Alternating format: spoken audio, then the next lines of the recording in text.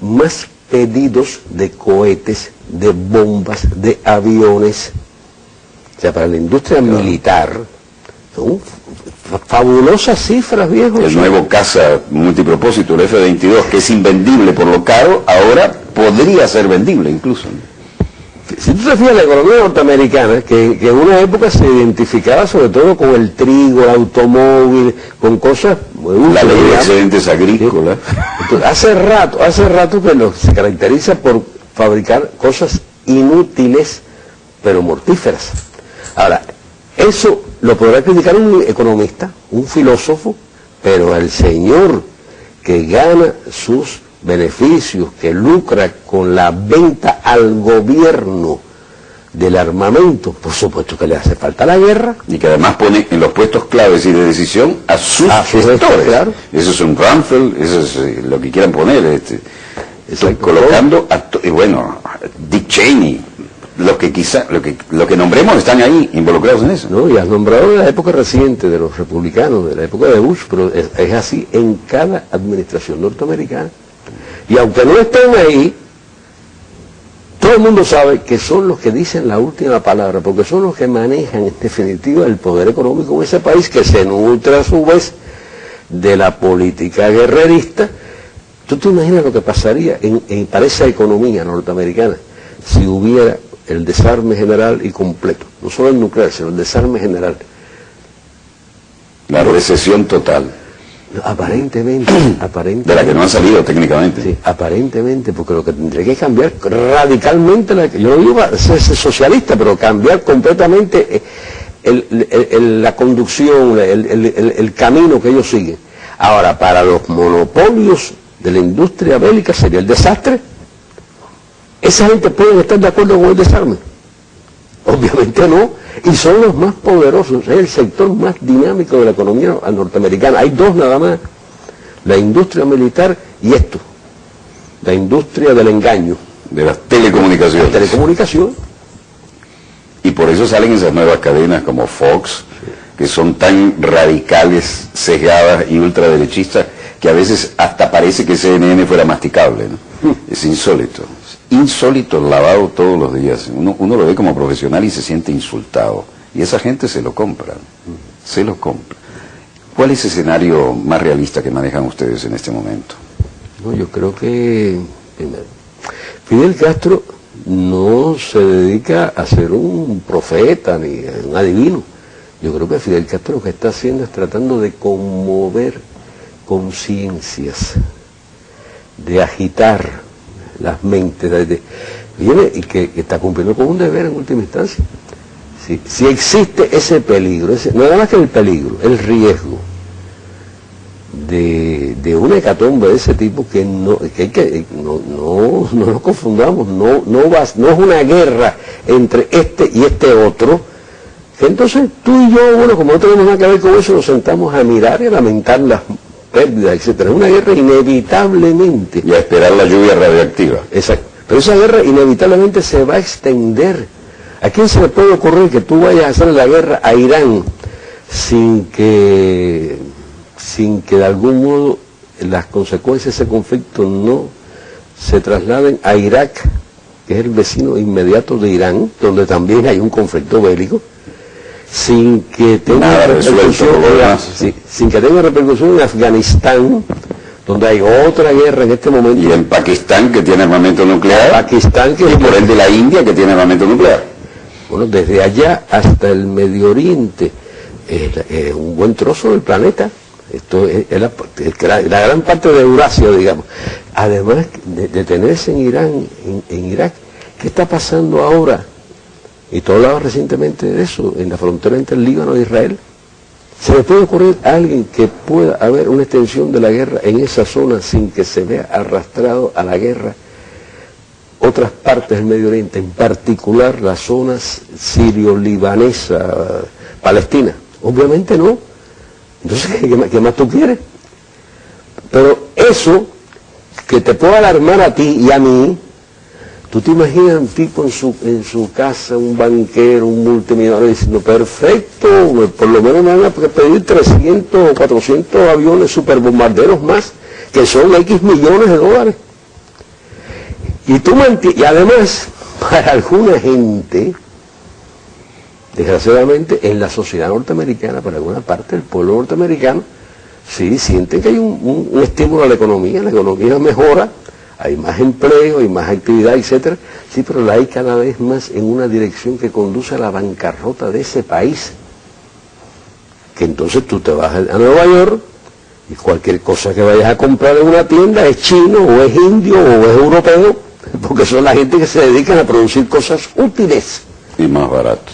Y más Y barato. además se han llevado los puestos de trabajo de ellos, porque el propio estadounidense dice, me sale más barato hacerlo en China, o hacerlo en alguna de estos países de la periferia, y después se lo trae a su propio país y se quejan de la mala competencia, ¿no?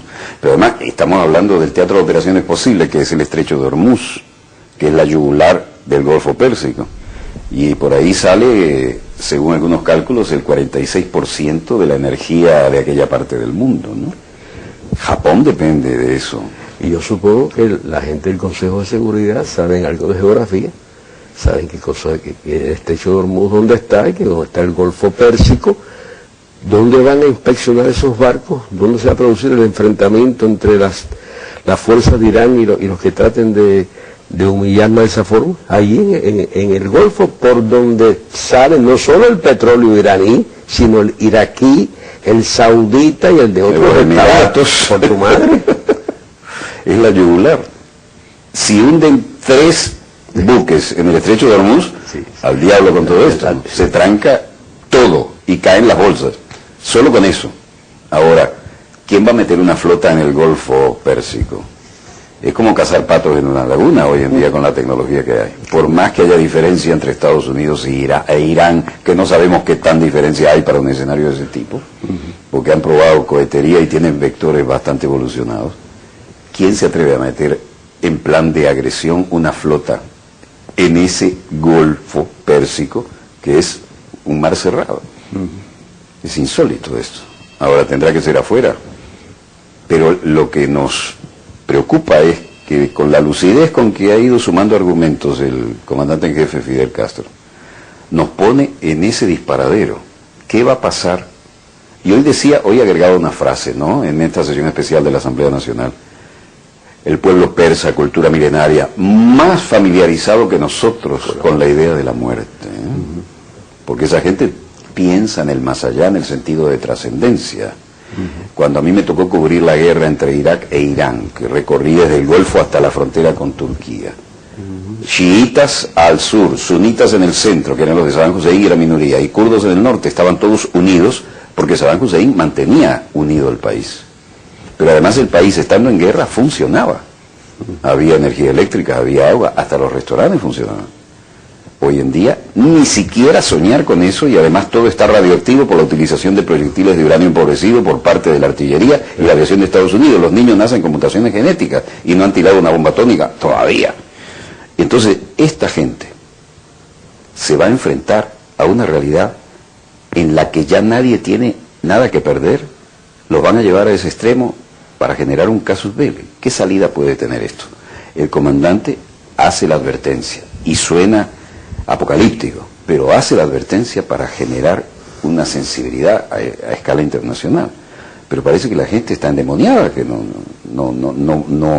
funciona sino en la gente de la periferia, en los del tercer mundo, que vemos ese disparate al que nos llevan. ¿Qué tienen ustedes en la sala situacional que nos puedan que nos puedan transferir para este programa? No, pero ese es el gran, para mí, ese es el gran tema, el gran problema, el principal del mundo contemporáneo, el de la comunicación, el de que tú ves cómo van marchando algunas cosas en una dirección, mientras la gente está perfectamente ignorante de lo que está ocurriendo. Mira, yo recuerdo en los últimos días de agosto, primeros días de septiembre del año 2001, que lo pueden encontrar por un documento público, se publicó en Estados Unidos un estudio, una encuesta, un estudio de opinión sobre los medios de comunicación, la prensa escrita, televisiva, etcétera, y la gente, sobre lo que la gente buscaba, lo que hacían con esos medios en Estados Unidos. Según ese estudio, solo el 2% de los televidentes, de los lectores de diarios en Estados Unidos se interesaba por asuntos internacionales. 2%. Por supuesto, esa cifra aumentó bastante pocos días después, lamentablemente, cuando ocurrió el 11 de septiembre. Yo estaba, por cierto, en esos días, del 11 de septiembre, estaba en África, en una conferencia interparlamentaria en Burkina Faso, y de ahí regresé por París. En París vi algunos reportajes sobre la situación del 11 de septiembre, y siempre recuerdo a un periodista de televisión francesa, el corresponsal en Washington, de ellos, que decía: aquí hay dos cosas muy claras. Primero, que todo el mundo en este país está de acuerdo en que hay que atacar a Afganistán, que hay que ir a la guerra contra Afganistán porque fue el culpable de esta cosa, etcétera, los talibanes, toda esa historia. Segunda cuestión que está clara: aquí nadie sabe qué cosa es Afganistán ni dónde está. ¿Y dónde queda? Entonces, después se metieron en la guerra. Ahí alguien dijo en Estados Unidos hace tiempo que las guerras no son tan malas porque después de todo es el modo como los norteamericanos aprenden geografía. Así ha sido a lo largo de la historia, han ido descubriendo que hay un país en tal parte del mundo, etcétera, por una guerra, por una invasión, por lo que fuera. Con el agravante de que en Afganistán se estrellaron todos los imperios, ¿no? Sí, pero no lo saben, si tú no sabes qué El cosa... británico en su apogeo salió con la cola entre las patas y todo lo demás que se han metido.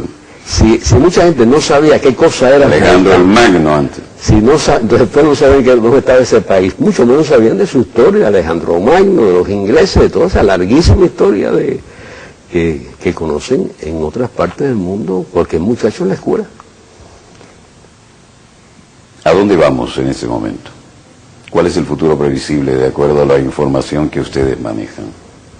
No, yo sí creo que vamos al desastre, salvo que, como dijo Fidel, seamos capaces de persuadir, de convencer a Obama, que quiere decir también, no tanto convencerlo a él, explicarle, que él entienda racionalmente, porque todo parece indicar que no es una persona torpe, que es un hombre con talento, pero convencerlo de que le conviene y que haya las condiciones adecuadas, necesarias para obligarlo a hacerlo actuar de una manera más racional.